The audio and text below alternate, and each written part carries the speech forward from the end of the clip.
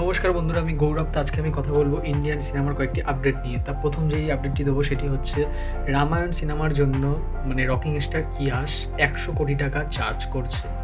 বুঝতে পারছো, 100 কোটি টাকা রাবণ চরিত্রটার জন্য 100 কোটি টাকা চার্জ করছে। তা এটা তো খুব বেশি, তাই না?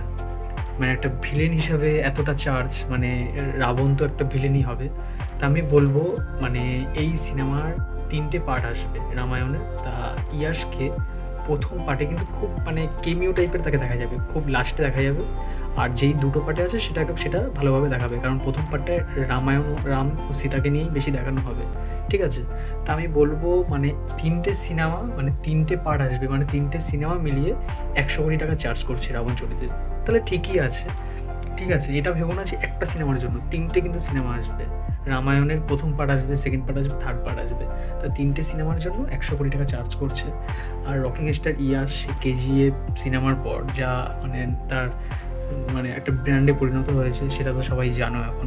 তা তিনি তো এই চার্জ করতেই পারেন। তা কমই আছে, 3টে সিনেমা হিসাবে কম আছে, একটা সিনেমা হলে অনেকটাই থাকতো, এটাই বলবো।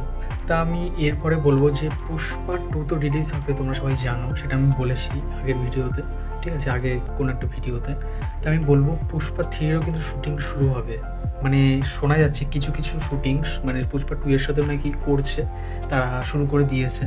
তা পুষ্পা 2-র পর পুষ্পা 1 তো হয়েছিল সেই 2021-এ, তারপরে 2022, 23, এই 24 পড়লো, তাও এখনও রিলিজ হবে এটা শোনা যাচ্ছে। তা পুষ্পা 3 কিন্তু নাকি শোনা যাচ্ছে যে পরের বছর 2025-এর গরমের দিকে নাকি রিলিজ হবে। পুষ্পা 3 পুষ্পা 2 এর 1 বছরের পরেই আসবে, খুব নাকি ওয়েট করতে হবে না। ঠিক আছে, তা দেখা যাক। এটা তো 2021-এ যখন রিলিজ হয়েছিল পুষ্পা, তখনও তাই বলেছিল।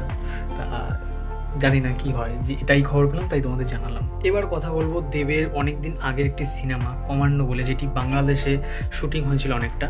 তা সেই সিনেমাটি হঠাৎ করে বন্ধ হয়ে যায়। তা শোনা গিয়েছিল সেই সিনেমাটি আর তৈরি হবে না বা রিলিজ হবে না।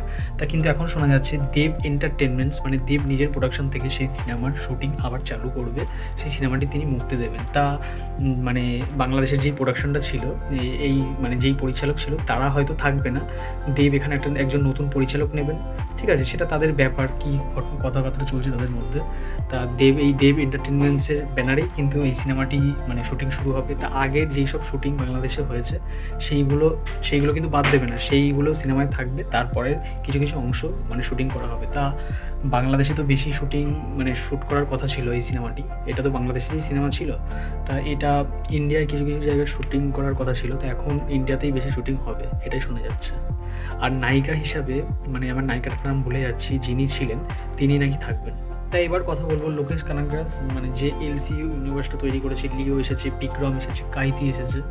তা এই ইউনিভার্স থেকে নাকি একটা শর্ট ফিল্ম বা ওয়েব সিরিজ তৈরি করবে। ঠিক আছে, আমি যতটা জেনেছি শর্ট ফিল্ম। তা সেখানে বড় বড় ক্যারেক্টার যেরকম কাইতি, বিক্রম, রোলেক্স, এরা হয়তো থাকবে না এখানে। থাকবে যে বিক্রম সিনেমার দেখা গেল যারা সাইড অ্যাক্টার ছিল, যারা কাইতিতে যারা সাইড অ্যাক্টার ছিল, যারা লিওতে সাইড অ্যাক্টার ছিল, ঠিক আছে, তারা থাকতে পারে। এটা কিন্তু একটা ইউনিভার্স, এলসিইউডি ইউনিভার্স। তা আমার মনে হয় তো ভালোই হবে, এটা জানতে পেলাম, তাই তোমাদের কাছে শেয়ার করলাম। আরও কিছু আপডেট আছে, সেটি পরের ভিডিওতে জানাবো। তাহলে এখনকার মতন টাটা।